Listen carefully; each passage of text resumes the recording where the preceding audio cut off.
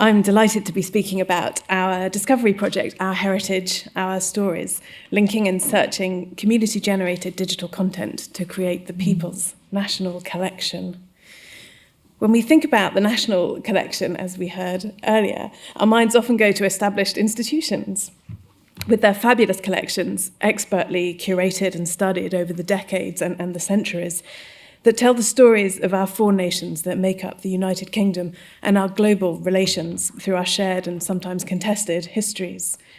Through their individual and vast lenses, through the expertise of their staff, their visitors and readers and researchers, they offer a description of the nation, a version of it, its ever-evolving place in the world, and an understanding of what it is to be a citizen of the country that developed the collections, to be a person in the world, and to be a human being on our planet, all our plural identities. I'm fortunate enough to work at one of these large national memory institutions, the National Archives, where we believe that archives are for everyone because they are about everyone, past, present, and future. Yet we know that when we restrict our view to large established collections alone, we're missing an equally vital part of our national collection, the stories of the people by the people. So for years, for decades, we've worked with communities to understand our collections in new ways and give them greater contexts. So we were enormously excited when Lorna Hughes approached us to propose this project that addressed community collections alongside our own. With Lorna's dual areas of expertise that bridge archives and the digital, she's been perfectly placed to lead this project and bring together our multidisciplinary research team across the universities and across the universities of Glasgow, where Lorna is based, and Manchester, as well as the National Archives. People across the country have created their own collections and written their own stories for years, and there are hundreds of these community archives and heritage groups across the UK. In the past couple of decades, with the increasing access to the web, communities have used technologies to share their stories with the world, through blogs, through hand-coded websites, through major social media platforms. These resources and more fall under the term that Lorna coined, community-generated digital content. You'll hear a lot about that. And as her work has demonstrated, these resources are valuable in every sense of the word. Sometimes we can quantify this in pounds and pence, where they've won external funding, often by the National Lottery Heritage Fund and its predecessor, who are partners in our project. But perhaps the greater value is the communities themselves, bringing people together to discuss, to enjoy and record their stories. And thanks to the generosity of these people and communities who often donate their time, their creativity, their care, and their sheer hard work, the richness of their content is available online for anyone interested to explore. In our project, that's where our expert linguists, led by Mark Alexander, and historians, led by Hannah Barker, come in. Community-generated digital content is a rich source of linguistic information because it is created by local communities, documenting their own stories in their own words. And whereas major archival collections in the UK tend to document mainstream linguistic varieties and populations, as Lorna and Andrew Prescott have described, the diversity of regional and social language varieties and minority languages are better represented in community archives. So in our project, Mark and Ewan Hannaford study language as a heritage object in its own right and use data gathered through the project to explore community-generated language content at scale.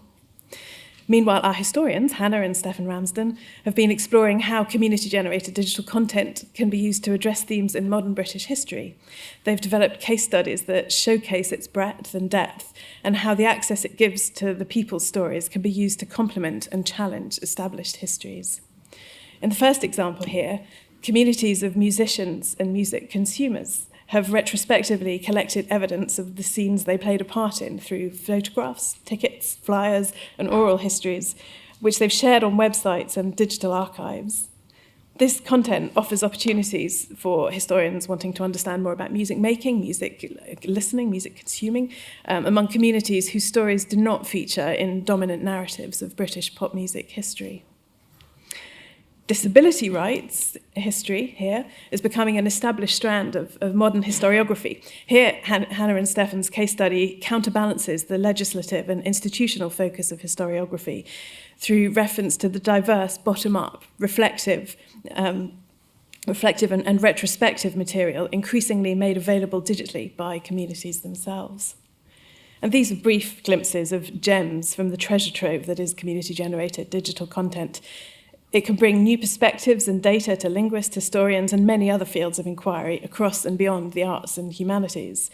Taken together, it enables us to ask new questions, too. What can we learn about cultural events and movements from community experiences and histories? How does sharing family stories help to construct cultural memory? How is popular memory shared? How is it refracted or fractured by geography or social group? What enables these new questions to be asked itself raises challenges of the ethics of using content without exploiting its creators, of joining up, of reusing and remixing this data alongside data from more established collections. How can we ensure that communities understand the implications of this integration? How are we respecting and retaining the meaning, the structure, and the language of community-generated digital content when we merge it with other sources of information? How do we build trust and collaborative working with communities who've been marginalised or excluded from established institutional practices of collection and description? And how do we reflect this in responsible development of our digital infrastructures? These are the subjects of our co-produced work on ethics with partners including Manchester Histories.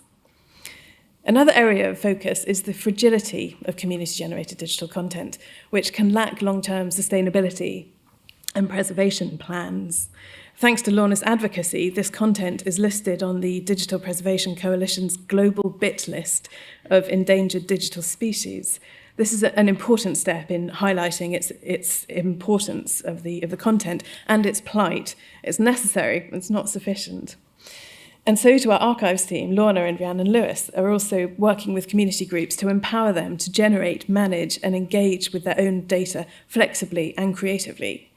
The project is establishing a responsive, evidence-based best practice for the collaborative creation and curation of this content and of community-focused digital humanities data, a network of community archives.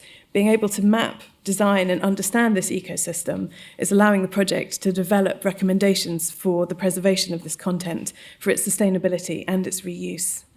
A post-custodial approach allows for the implementation of a more structured framework while empowering those communities, maintaining the richness and diversity that gives the content its meaning.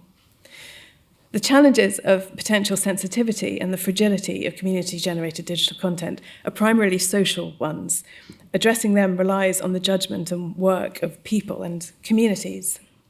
The technical challenges, the scale and complexity of this data requires a computational approach. Our artificial intelligence team, led by Goran Nenadic and Riza Batista Navarro, are tackling this hard-to-find and hard-to-link community-generated digital content while respecting its complexity and diversity. The content that originally is created and stored in a wide variety of formats with varying levels of consistency and standardization. So materials are structured and represented differently, for example, in narrative storytelling or in a structured framework or a mixture of these. So to identify and model these disparate data consistently, the team is using natural language processing to create linked data. Linked data, which I imagine we may hear more about today, is well suited to building a consistent layer over complex data. It can give every entity and every concept an identifier that allows for inferences to be drawn across sets of data, or, to put it more succinctly, new links to be made across collections at scale and at pace. And prototyping the digital infrastructure that activates these links and collects them to the data in our catalogues is the work that sits with us at the National Archives with our team of research software engineers. So we're working with users to create an interface that enables researchers to explore and for the communities themselves to find their data in new contexts, to access, reuse, remix this content alongside other collections, including the National Archives. Our research suggests that inviting people to learn Sparkle query language to interrogate the data directly may not be universally welcomed. We're optimistic, though. But taken together, these major challenges can be seen in terms of a socio-technical system or a social machine. This concept, first described by Tim Berners-Lee, can helpfully frame work that relies on people and technology working together to their own strengths. So people undertake the work where judgment, expertise and experience are essential, for example, in creating content, in design ethics and verifying outputs, while computation, the machine, takes on the scale and the task and systematizes the complexity of the data into tractable structures and formats. The Congruence Engine team are also working with this concept, so I won't say more than to reflect that as social machines are an intimate collaboration between people and computing, a project of this scope is profoundly multidisciplinary, crossing sectors and the traditional divide between researchers and communities, with community-generated digital content as the boundary object where our work meets. So with thanks to all of our partners and the entire project team whose work I've briefly described today, we're addressing the vast scope of the data and the stories held in community collections. It ranges across genres, social groups, disciplines, and more, and provides invaluable, diverse perspectives on our national and shared histories. This community-generated material is contributing to a more representative, a more accurate picture of UK heritage and history, to the benefit of research and of the communities that create and share their content. A larger question I'm hoping we can consider together today is, building on the learnings of all of these projects, what elements of the machine, the infrastructure, could we usefully co-create at a national scale? Thank you.